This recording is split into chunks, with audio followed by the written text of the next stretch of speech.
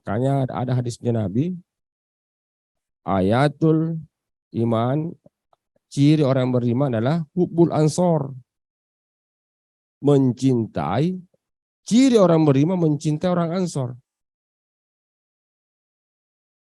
Terus ansor siapa yang dimaksud? Ansor pada generasi Nabi, berarti ansor generasi sekarang tidak. Kalau Anda mengatakan bahwa ansor generasi sekarang tidak masuk hadis itu, berarti hadis itu tidak berlaku. Berarti menyangkal juga hadisnya. Kalau Nabi mengucapkan ansor, berarti ansor sejak masa lalu sampai masa sekarang. Jadi Nabi tahu itu.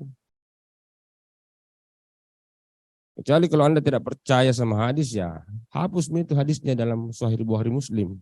Yang mana lebih jago Bukhari Muslim daripada Anda. Nabi tahu itu. Ilmunya Nabi ada 3. Ada ilmu untuk dirinya. Untuk dirinya dan keluarganya dan untuk seluruh orang. Ilmu untuk dirinya kecuali dia tahu. Nabi tahu kapan terjadi kiamat, siapa sahabat yang masuk surga, siapa yang di luar masuk surga. Nabi tahu semua. Nabi tahu bahwa ada ansor dan berkembang sampai saat sekarang ini. Inilah hadisnya. Wa man ghadabal ansar, dan siapa yang membenci ansar, kaum ansar sejak itu sampai sekarang, maka dia orang munafik. Itu ilmunya Nabi itu ya. Apakah secara kebetulan atau sudah menjadi takdir atau memang sudah Nabi menitipkan pesan kepada guru kita Hadratus Syekh bahwa nanti kalau di Kang Enu ada nanti salah satunya ansor di situ. Ansar ini yang dimaksud. At-Tahirin, mereka adalah orang-orang yang suci. Karena itu ansor pada zaman Nabi, mengawal Nabi ketika dia dari Mekah ke Madinah, itulah juga tugasnya ansor sekarang, mengawal ulama, karena setelah Nabi tidak ada, al-ulama'u warasatul, itu kan tugas utamanya, yang lain tidak ada. Nabi pindah ke mana? Ke Madinah. Kemudian di Madinah Nabi mendirikan negara Madinah. Jadi Nabi tidak pernah membentuk tuh khilafah. Tidak ada ayat hadis yang tentang khilafah. Di Madinah Nabi mempersatukan Muhajirin, Ansar, Yahudi, Nasrani, baldatun thayyibatun, para bunga pur. Itu sejarahnya itu.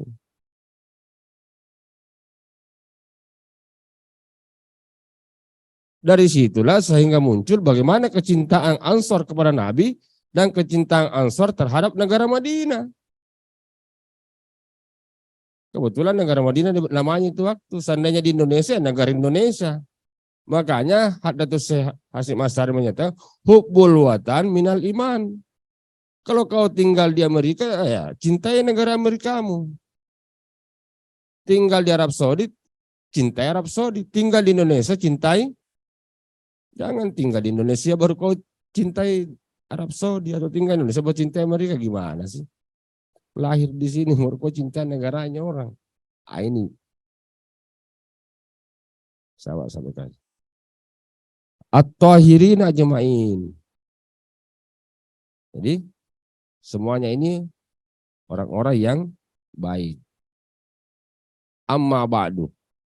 Selanjutnya, jadi kalau kita membaca kitab ada kata amma ba'du, berarti itu pasti bahasa ilmiahnya alinea baru, halaman baru atau pembahasan baru. Sama kalau kita sudah ceramah, assalamualaikum warahmatullahi wabarakatuh, hamdan naimi hamdan syakirin, amma ba'du. Kalau sudah amma ba'du berarti sudah mau masuk penjelasan. Setelah Hasyim Asy'ari mengemukakan pendahuluan, kita masuk ke pembahasan.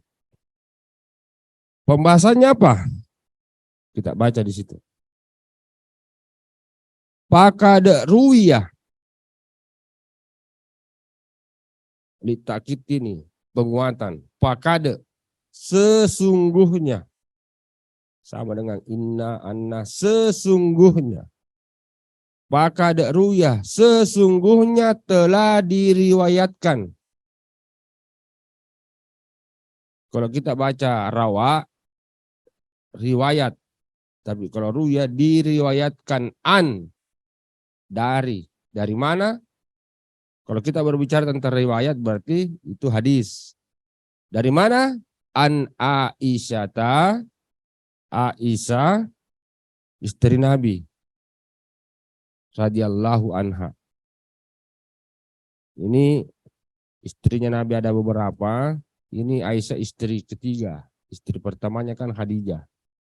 Ya, istri pertamanya Khadijah. Ini juga ada teman-teman kita ini menjelaskan, mengatakan bahwa kalau mau mengikuti sunnahnya Nabi ya harus berpoligami. Karena Nabi kan beristri 9 ya. Ini Aisyah istri ketiga. Betul sebenarnya itu. Tapi kalau kita melihat riwayatnya Nabi, selama Nabi menikah dengan Khadijah, Nabi tidak pernah menikah lagi. Tidak pernah menikahi perempuan lain selama menikah dengan Khadijah, dia setia. Nanti meninggal Khadijah, baru menikah dengan perempuan lain. Artinya kalau mau konsisten mengikuti Nabi, ya meninggal istrimu baru bisa kau menikah lagi. Jadi orang mengatakan bahwa poligami itu sunnah mengikuti, tidak. Ada ayatnya pangkihu ma tabalakum minan nisa'i masna wa sulasur. Ayat itu turun setelah Khadijah meninggal. Jadi kalau begitu bagaimana Ustaz? Kok tidak bisa menikah, bisa selingkuh? Enggak tahu, itu lebih anu lagi ya. Lebih sensitif, ada pembahasan khususnya. Makanya orang-orang tertentu seperti teman-teman dari Syiah itu bisa nikah mut'ah, dia bilang bisa nikah siri dan lain-lain. Tapi itu juga terkait adab, mungkin pada halaman berikutnya ada dijelaskan. Jadi setelah Khadijah, Nabi menikah dengan Saudah binti Sama'a, kemudian Nabi menikah dengan, makanya ada lagunya itu, Aisyah istri Rasulullah, merah pipinya dan seterusnya kan. Cuma saya bukan artis, jadi tidak tahu saya lagukan itu lagu. Romantisnya cintamu dengan Nabi, kau bersandar di mana dan seterusnya. Atau Pak Ustaz tahu itu lagunya kah? Aisyah, romantisnya cintamu dengan Rasulullah, ya ada itu. Qala bersabda, Nabi bersabda. Jadi kalau Nabi bersabda, ya, kalau sahabat berkata, kalau Allah berfirman. Nah, ini teman-teman harus tahu ini. Allah berfirman, semuanya kata qala ini sama artinya. Qala Allah Ta'ala, berarti Allah berkata. Qala Nabiyu berarti Nabi berkata. Qala sahabat berarti Nabi berkata. Tapi kita bahasa Indonesia kan, kalau Allah berfirman, Nabi bersabda, sahabat berkata. Begitu cara menerjemahkannya ya. Hakul waladi, kewajiban. Ini terjemahan letterletnya dulu. Hakul waladi, kewajiban anak. Al waladi itu anak. Waladun. Ala walidihi, terhadap kedua orang tuanya. Ayyuhsina ismahu, memperbaiki namanya. Kalau kita melihat kalimatnya ini adalah siagul balaga. Jadi ada pemaknaan hakikiah sehingga tidak bisa diterjemahkan secara literal. Hakku, kewajiban. Siapa punya kewajiban? Waladihi, kewajiban orang tua. Alal waladi, kewajiban orang tua terhadap anaknya. Ya, yang pertama ayyuh sina ismahu, memberikan nama yang baik. Memberikan nama yang baik. Jadi adab yang pertama itu sudah dijelaskan oleh Nabi. Memberikan nama yang baik itu bagian dari penuntut ilmu. Seperti misalnya Muhammad Rusdi, orang yang memberi petunjuk. Rasada. Imran bahagia, Ali Imran keluarga bahagia.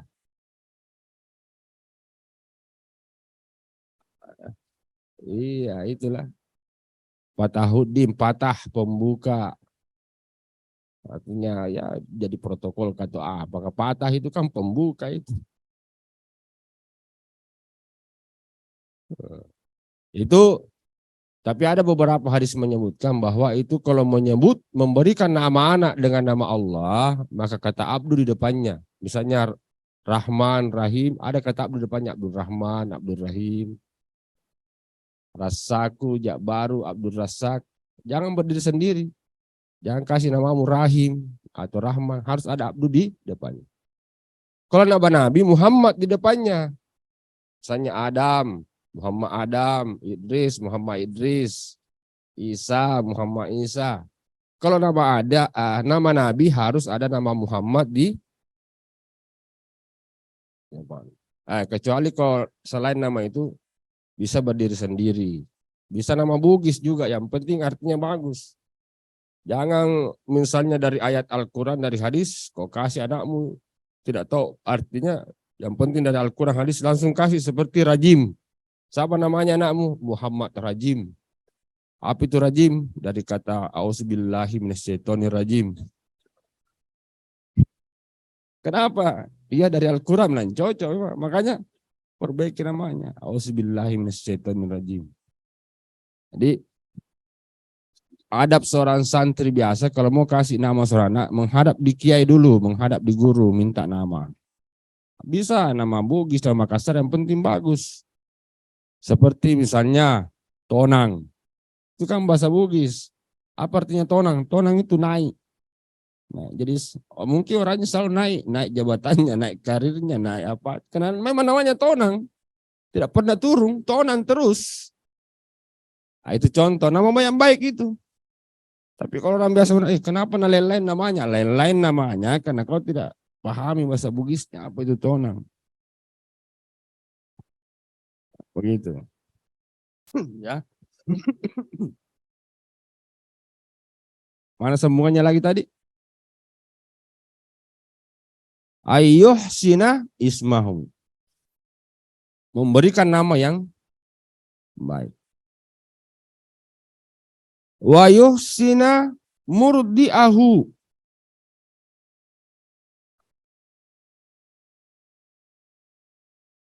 Murdi'ahu itu dari kata roda'a, pengasuhan atau memberikan pelayanan.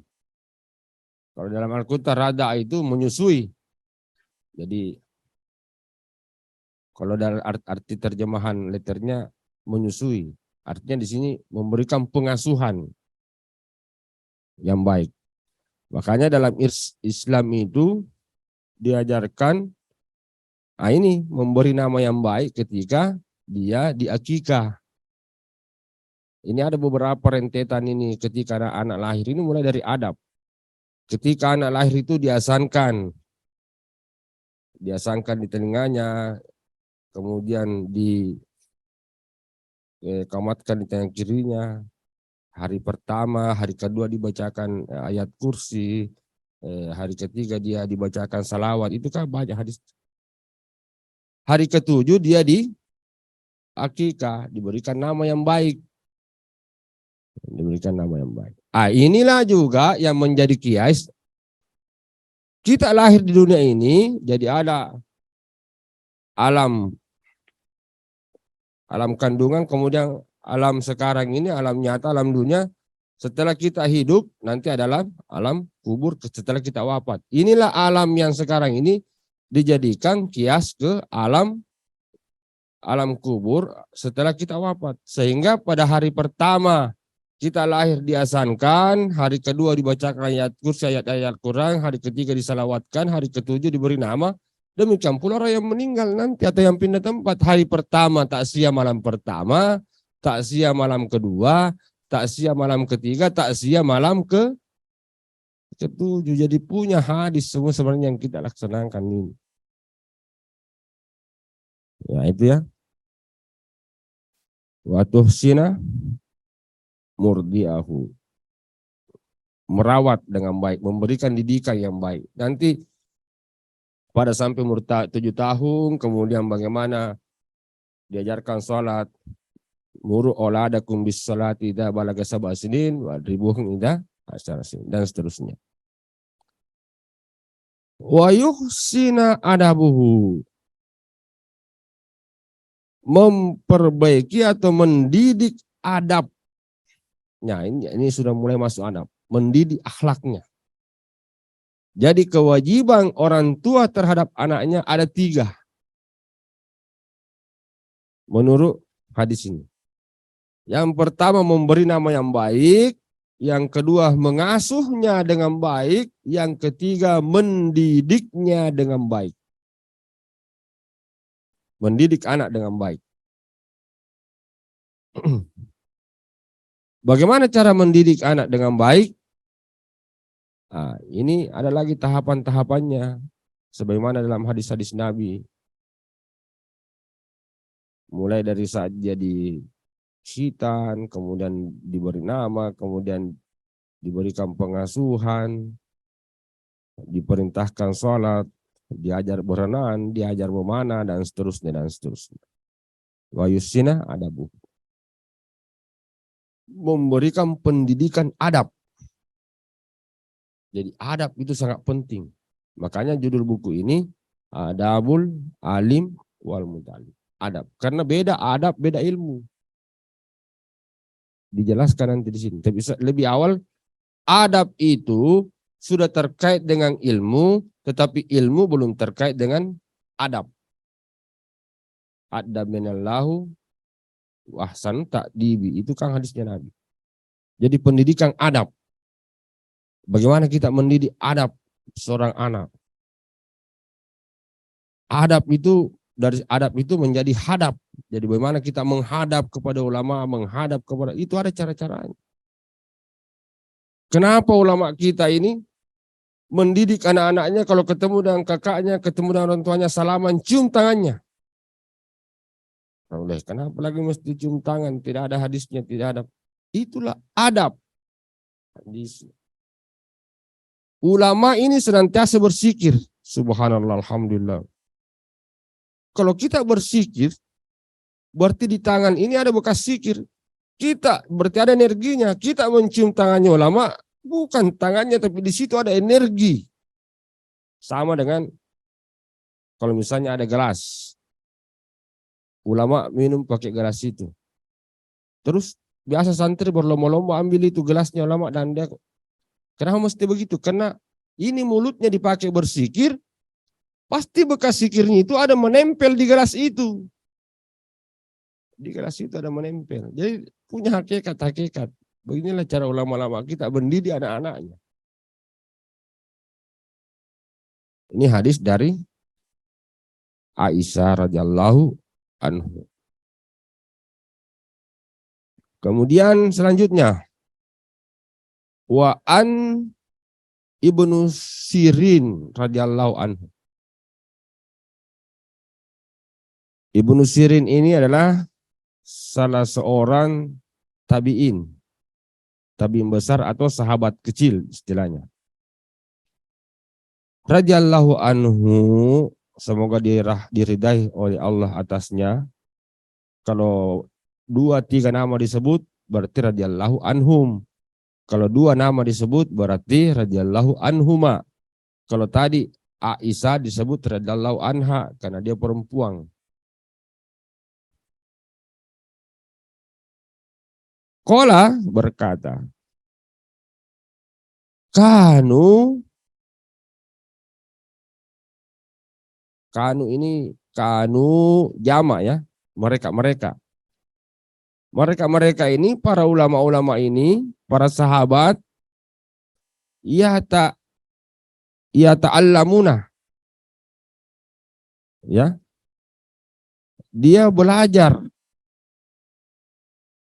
al-huda, belajar tentang petunjuk, bagaimana dia mendapatkan petunjuk. Ya. Kama ta'allamuna ilma, sebagaimana dia menuntut atau belajar tentang ilmu pengetahuan. Al-Huda, saya lihat di buku saya ini ada catatan kaki ini. Ada catatan kakinya, kecil hurufnya ya. Wal huda yatluku, petunjuk itu ya. Yatluku alat tauhidi. Petunjuk itu berkaitan dengan tauhid. Waktakdisi dan kesucian. Wayatluku ma la ya'rifu, dan mutlak atau terkait dengan hal-hal tidak diketahui illa bilisanil anbiya. Tidak diketahui petunjuk itu tanpa ada petunjuk dari Nabi. Jadi kalau mau dapat petunjuk harus merujuk kepada Nabi.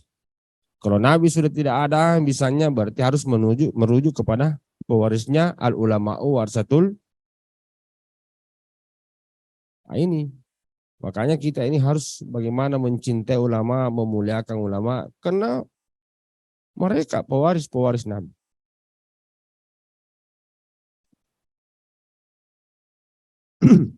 Itu ya. Kemudian selanjutnya,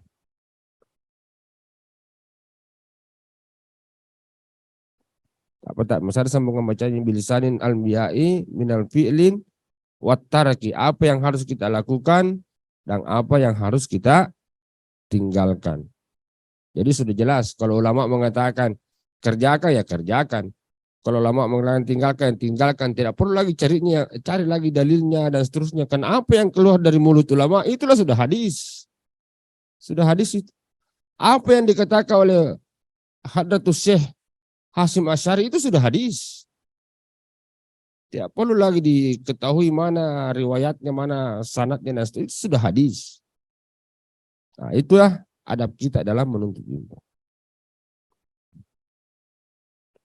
Selanjutnya, wa an Hasan al-Basri, diriwayatkan pula dari Hasan al-Basri. Ini Hasan al-Basri juga salah seorang tabi'in, muridnya Ali bin Abi Thalib.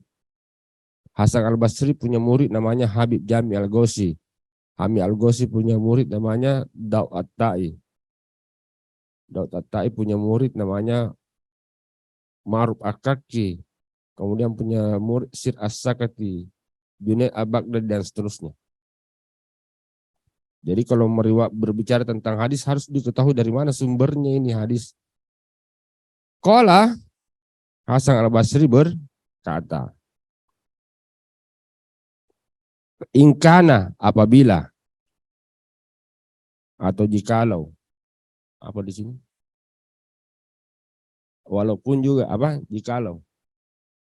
Jikalau ar-rajulu seseorang. Jadi orang juga menerjemahkan seorang laki-laki, tapi ini ar-rajul ini mana termasuk laki-laki dan perempuan. Liyakhruja. Kenapa dibaca liyahruja? Karena mesti li ayyahruja. Li an yahruja. Li ayyahruja. Jadi dibaca liyahruja. Kalau tidak ada lanya, yahruju. Fi ada binafsihi. Seseorang yang keluar atau terlepas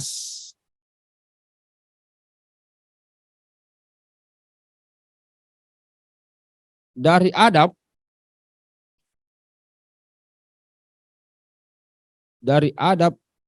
yang ada pada dirinya,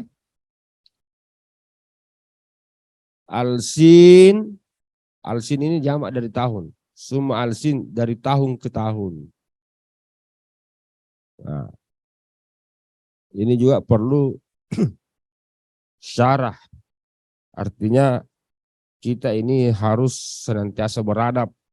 Karena dari sepanjang umur kita, dari tahun ke tahun ini kita harus mempertahankan adab itu. Jangan sekali-kali keluar kita dari adab.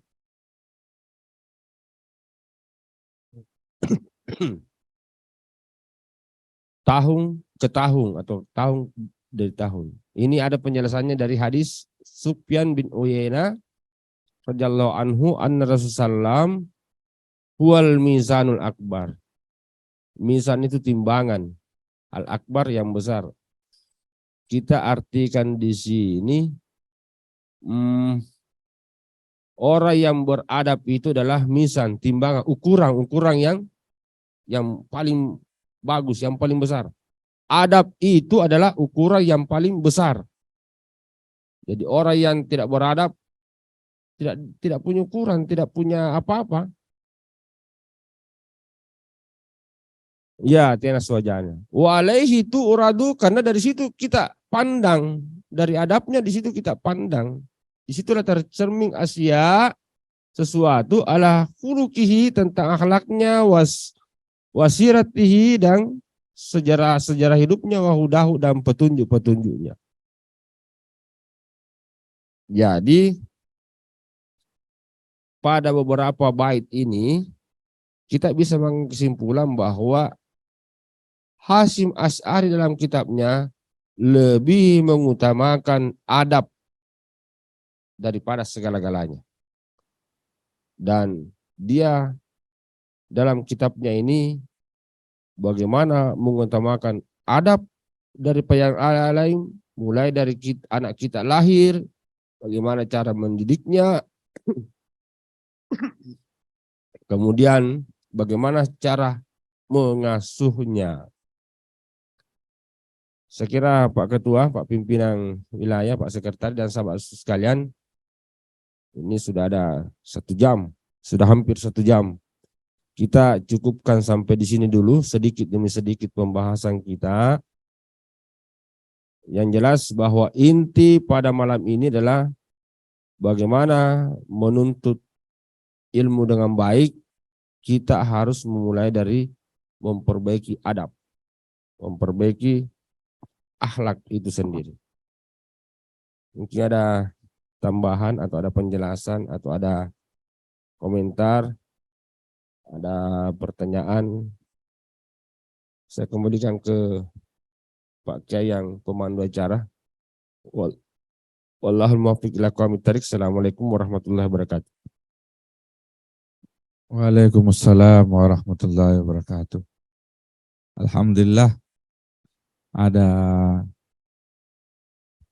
3 mungkin kita sudah baca hadis dari mukaddimah pengantar dari kitab Adabul Alimi wal Muta'allim.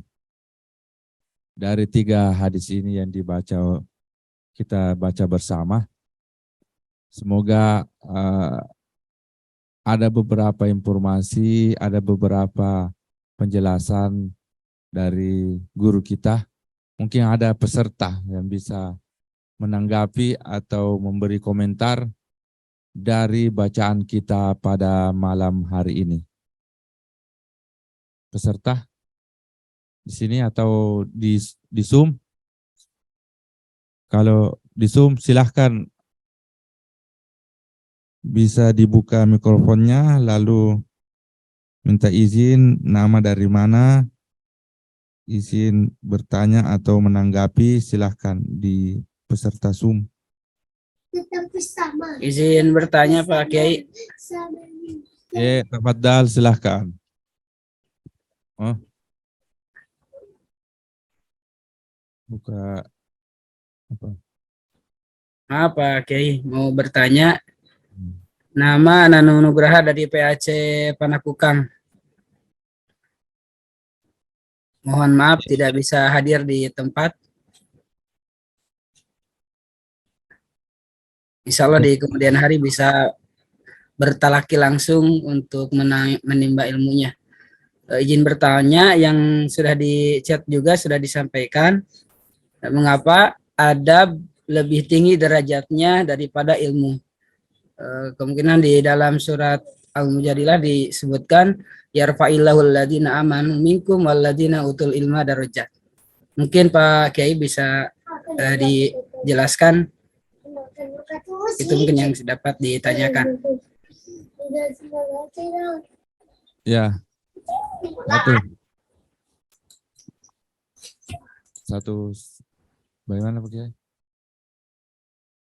Ada lagi peserta Zoom lagi yang bertanya? Mungkin kita tampung dulu pertanyaan.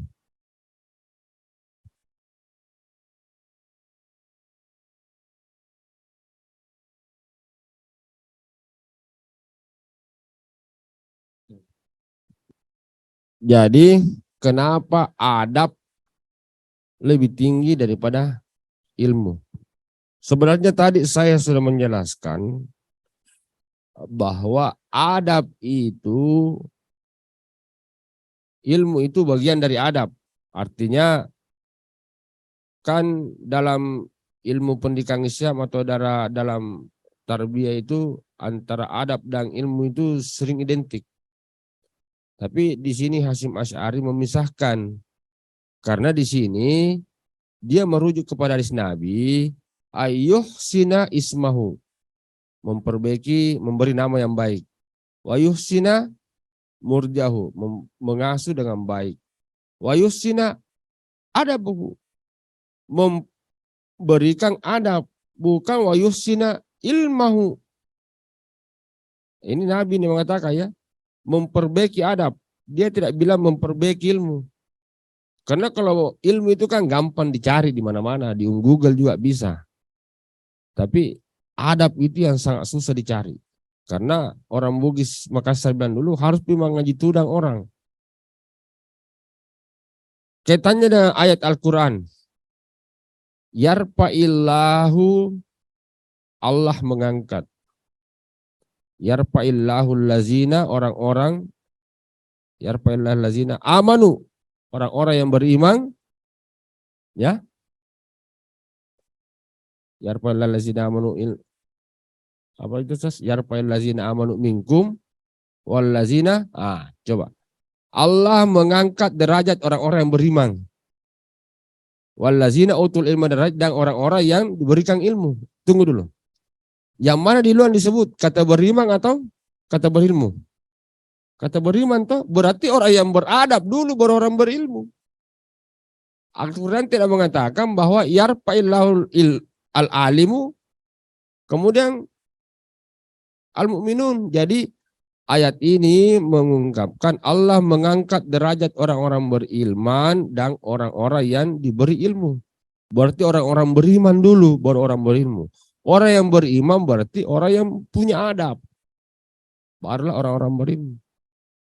Karena banyak sekarang kalau orang berilmu itu ya kenapa harus didukung adab? Karena banyak orang yakin, oh dia bagus, mohon maaf, dia profesor, dia banyak ilmunya, pintar tentang ini, tapi ya perilakunya dan seterusnya. Adabnya kurang, adabnya yang dinilai, bukan ilmunya yang dinilai.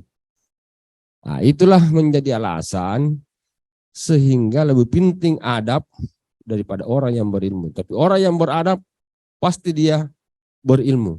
Tapi orang yang berilmu belum tentu beradab. Jadi saya ulangi, orang yang beradab pasti dia berilmu, tapi orang yang berilmu belum tentu dia beradab. Berdasarkan hadis ini dalam pendahuluannya kitab guru kita Hasyim Asy'ari dan berdasarkan ayat tadi. Sehingga di sini diajarkan bagaimana ketika anak mulai lahir, diasangkan, kemudian diberikan nama yang baik, itu kan adab. Bukan ilmu itu, tapi diberikan adab. Wa yussina dan dia diperbaiki pengasuhannya. Ya mulai dari situ. Nanti ketika sudah besar barulah diberikan didikan terhadap ilmu-ilmu pengetahuan. Sehingga disinilah pentingnya adab diutamakan ketimbang ilmu, tetapi walaupun dalam istilah bahasa Arab adab dan ilmu itu memiliki arti yang sama, tapi adab lebih spesifik, lebih istimewa dan lebih khusus. Orang yang beradab sudah pasti berilmu dan orang yang berilmu belum tentu beradab. Kira Pak.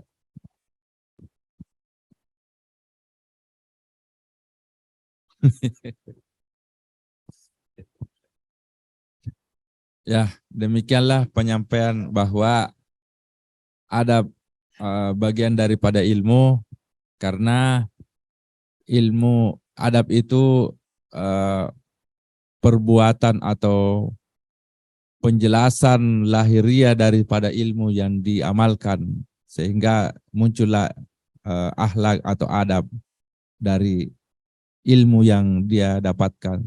Tapi biasa sebaliknya, orang yang berilmu belum tentu masih sebatas ilmu, masih sebatas pengetahuan, belum terjemahkan dalam bentuk perilakunya. Jadi ilmu adab itu ilmu yang diamalkan. Itu mungkin sehingga kenapa sampai adab lebih tinggi daripada ilmu, karena itu tadi pengenjawah atau perbuatan yang di ilmu yang diperbuat. Silahkan, ada lagi yang komentar atau menanggapi atau yang bertanya di peserta kita, baik yang di hadir yang offline di sini maupun yang di online di Zoom kita.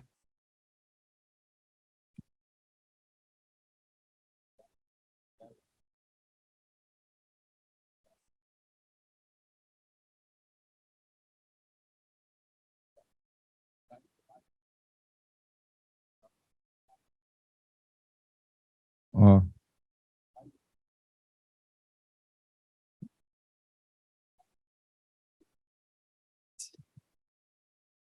saya baca mungkin di ruang chat ini. Masya Allah, baru tahu artinya.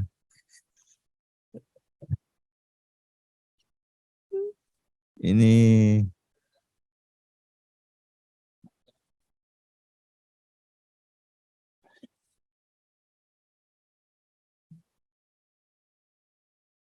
hanya absen, ini hadir, semua hadir. Absen.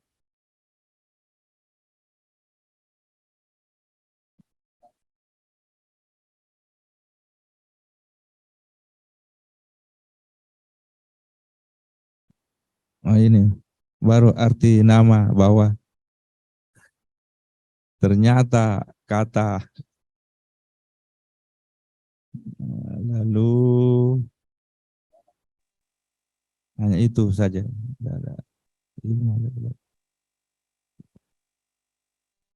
Bagaimana di sini di peserta? Oke, silahkan. Atau ada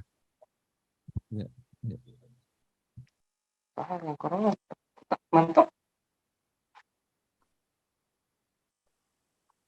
ya.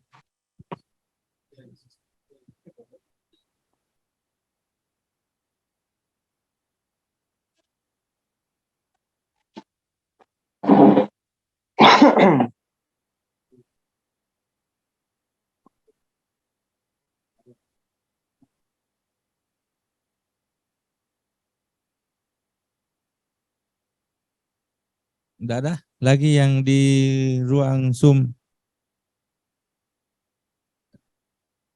Oh, kalau tidak ada, kita mungkin cukupkan pengajian kita untuk pada malam hari ini. Sebelum kita tutup, mungkin kita tutup dengan doa. Ustaz dari Selayar ini. Ada yang bertanya? Iya, saya. Oh, silahkan. Dari mana? Dari Selayar. Ya, sahabat Selayar, silahkan. Iya, makasih banyak.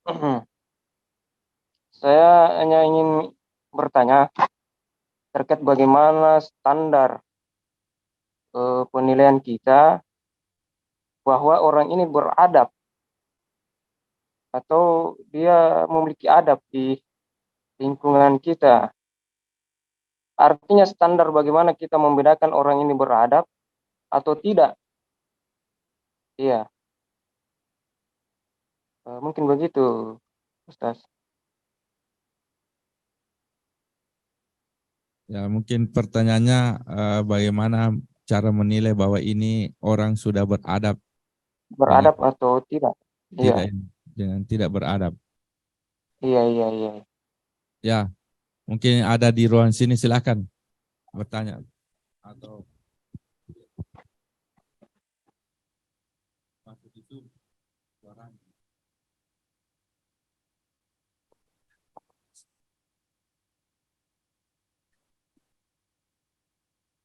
Baik, terima kasih atas kesempatan yang diberikan kepada saya. Barangkali ini simpel pertanyaan saya. Tadi dijelaskan dalam ayat firman Allah, A'udzubillahi minasyaitonirrajim, yarfa'illahu alladzina amanu minkum walladzina utul ilma darajat. Yang artinya bahwa Allah mengangkat derajat kepada orang-orang yang beriman dan juga orang-orang yang berilmu. Pertanyaan saya mungkin bisa dijelaskan barangkali apa maksud Allah mengangkat derajat kepada orang yang beriman dan orang yang berilmu. Saya kira itu barangkali pertanyaan saya. Simple. Demikian, yarfa'illahu alladzina amanu minkum. Jadi pertanyaannya, apa maksudnya di situ Pak Kiai? Bagaimana cara Allah mengangkat orang yang berilmu dan orang yang beriman? Mohon dijelaskan. Demikian, Assalamualaikum warahmatullahi wabarakatuh. Waalaikumsalam warahmatullahi wabarakatuh. Dua pertanyaan, silahkan Pak Kiai.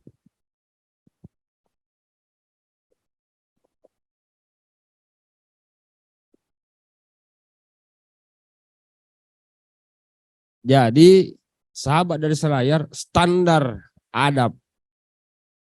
Jadi standar adab. Ini Iya, Kas. ya cocok standar daripada adab itu. Iya, iya. Ini sudah dibacakan tadi ya dalam kitab ini. Coba buka kembali itu atau tidak usah buka lagi. Ini. Wa an Sufyan, dari Sufyan radhiyallahu anhu anna Rasulullah huwal mizanul akbar, standar utama. Huwal mizanul akbar, standar utama itu. Wa alaihi tu'ridu, tercermin asya dari sesuatu apa standarnya, ala khuluqihi, akhlaknya. Dari akhlaknya itu standar adab. Bagaimana caranya dia berbicara, bagaimana caranya dia berpakaian tanda petik, karena standar berpakaiannya orang NU dengan bukan orang NU kan beda. Ya. Kalau standar berpakaiannya orang Barat dengan orang Indonesia, standar berpakaiannya orang Bugis dengan orang suku Jawa kan berbeda. Standar berpakaiannya laki-laki dan perempuan berbeda. Standar berpakaiannya anak-anak dan orang tua berbeda. Sekarang ini ada orang tua, sudah tua, tapi masih suka pakaian baju anak-anak. Nah itu kan standar seperti itu. Beda standarnya. Sudah dewasa, sudah tapi dia pakai baju anak-anak. Jadi kalau dibonceng naik motor ya kelihatan itu bagian belakangnya sedikit. Standar akhlak kita di acara-acara resmi Ansor ya berpakaian seperti ini. Di luar kegiatan Ansor secara pribadi ya. Jadi punya standar. Ala khuluqihi wa siratihi, dan sejarah hidupnya. Sejarah hidupnya. Bagaimana perlakuannya kemarin-kemarin sampai sekarang sebelum dia berubah. Tapi kalau dia sudah berubah dan sudah bertobat, ya tidak usah dilihat yang kemarin. Tapi kalau dari dulu caranya bicara kasar terus, salah sedikit bid'ah, salah sedikit haram, salah sedikit kafir. Itu kan standar berbicara. Ceramah di masjid, di mimbar, marah-marah emosi. Sehingga jamaah takut. Banyak jamaah sekarang tidak mau pergi salat Jumat karena penceramahannya menakutkan dan menyeramkan. Standar berbicara. Tidak ada yang sejuk-sejuk cara. Salah sedikit, Anda masuk neraka lebih. Jadi orang yang masuk di masjid daripada kita masuk neraka lebih tinggal di rumah saja. Itu membuat orang tidak segan. Standar cara berbicaranya itu orang seperti itu. Wahudahu, dan petunjuk-petunjuk yang dia temukan dan dia implementasikan dalam hidupnya. Jadi ada 3 standar utama yang ditemukan dalam hadis ini. Bukan ini. Kemudian masuknya yarfa'illahul lazina amanu. Sebenarnya di situ dikata yarfa'ullahu, karena tidak ada fi'il mudhari itu yarfa'i, yashabi, harus marfu'un, toh. Tapi kenapa dibaca yarfa'i? Itu namanya lisikal, untuk memudahkan penyebutan. Yarfa itu fi'il mudhari, berarti dia lil istimrar, senantiasa berlaku. Allah senantiasa mengangkat derajat orang-orang berilmu dengan syarat betul-betul dia berilmu, Pak. Apa syaratnya dan standarnya orang berilmu dijelaskan tadi pada bagian pendahuluan. Dia selalu terbuka menerima tausiah, menerima petunjuk. Kemudian setelah menerima dia tampung, kemudian huruf lam tinggi, kemudian tawadu. Jadi setelah dia menerima sesuatu maka dia diangkat derajatnya, huruf lam tinggi.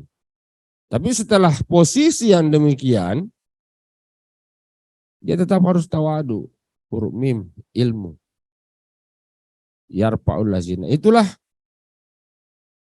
orang-orang yang demikianlah diangkat derajatnya oleh Allah. Allah yang mengangkat posisinya. Bukan pejabat yang mengangkatnya, tapi Allah yang mengangkat posisinya. Apakah posisinya setelah terangkat itu nyaman hidupnya, bahagia hidupnya? Ada orang yang sudah terangkat posisinya, bagus jabatannya, tapi neraka rumah tangganya. Bagus dia punya kehidupan, kelihatan istimewa dan seterusnya, tapi hatinya selalu sengsara. Kenapa? Karena bukan Allah yang mengangkat derajatnya. Jadi kalau Allah mengangkat derajatnya orang itu, Masya Allah, Subhanallah, hidup kita bagus, hidup kita tenang. Wallazina, dan orang-orang yang demikian ini, karena tadi saya sudah jelaskan bahwa beriman itu ya terkadang adab, diberikanlah ilmu-ilmu pengetahuan, baik dia ilmu zahiriyah maupun ilmu-ilmu batiniyah. Ilmu-ilmu batiniyah lah yang mengangkat posisinya dengan sikir-sikirnya, takarubnya kepada Allah Subhanahu wa Ta'ala. Jadi ada 2 hal di sini yang menjadi simpulan ayat itu, beriman dan berilmu. Didahulukan beriman atau beradab dulu baru berilmu. Beradab dulu atau baru berilmu, beriman dulu baru berilmu. Jadi kalau mau diangkat derajatnya oleh Allah, syaratnya harus beriman dulu. Bagaimana ciri khasnya orang yang demikian disebutkan tadi dalam halaman buku. Wal huda yatluk walat tauhidi wa taqdis. Dia harus mensucikan dirinya. Wa taqdis, mensucikan dirinya. Setelah itu barulah muncul pengetahuan, muncul ilmu. Ini kita lihat dari kisah Nabi, Pak Kiai. Sebelum Nabi menerima ilmu, sebelum Nabi menerima wahyu, dia bersuci, berhalwat di Gua Hira selama 40 hari 40 malam, bertahanus, memperbaiki batinnya, jiwanya. Barulah turun Iqra. Jadi bersuci dulu, perbaiki diri dulu, jasad, rohani, jasmani. Makanya mohon maaf, saya sering berpesan kepada teman-teman dan kepada diri saya sebagai dosen, sebelum pergi mengajar ke mahasiswa tidak berangkat begitu saja. Harus bersuci dulu, harus berwudu, mandi yang baik.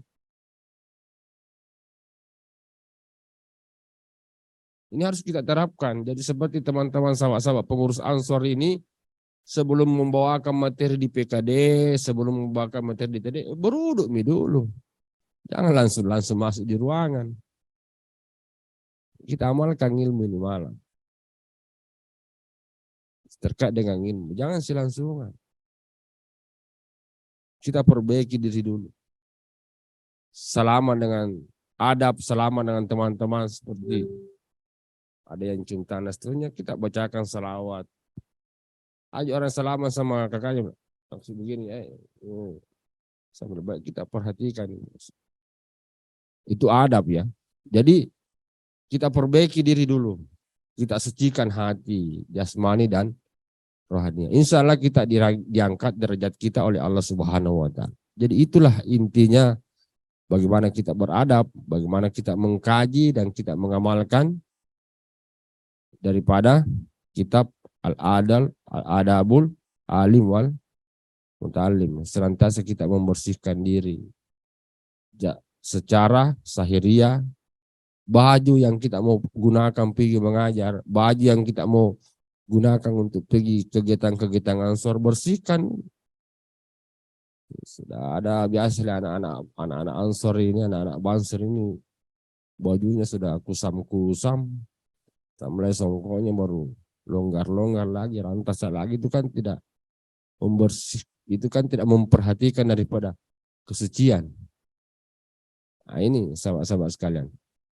Setelah itu insya Allah berdasarkan ayat tadi Allah mengangkat derajat kita dan itulah yang kita inginkan. Allah mengangkat derajat kita secara pribadi, Allah mengangkat kita secara komunitas, secara organisasi, secara harakah, terutama Jam'iyah yang kita cintai ini, Nahdlatul Ulama, kita punya wibawa. Kenapa Nahdlatul Ulama punya wibawa? Kita punya yang suci, yang selalu bersih hatinya. Walaupun kita ini kebersihan kita ini standar-standar. Kita punya ulama yang kita kagumi. Di ulama-ulama NU. Yang hatinya bersih, hatinya tulus. Itu kebersihan semua. Sehingga bukan saja dirinya terangkat, tapi Jam'iyah kita juga terangkat. Dan kita lah pewaris-pewarisnya nanti ini. Sekira itu pakai. Coba dilanjutkan. Alhamdulillah, sekira penjelasan dan tanggapan dari Pak Kiai kita terkait dengan pertanyaan yang ada, yang masuk. Kita cukupkan pengajian kita pada malam hari ini.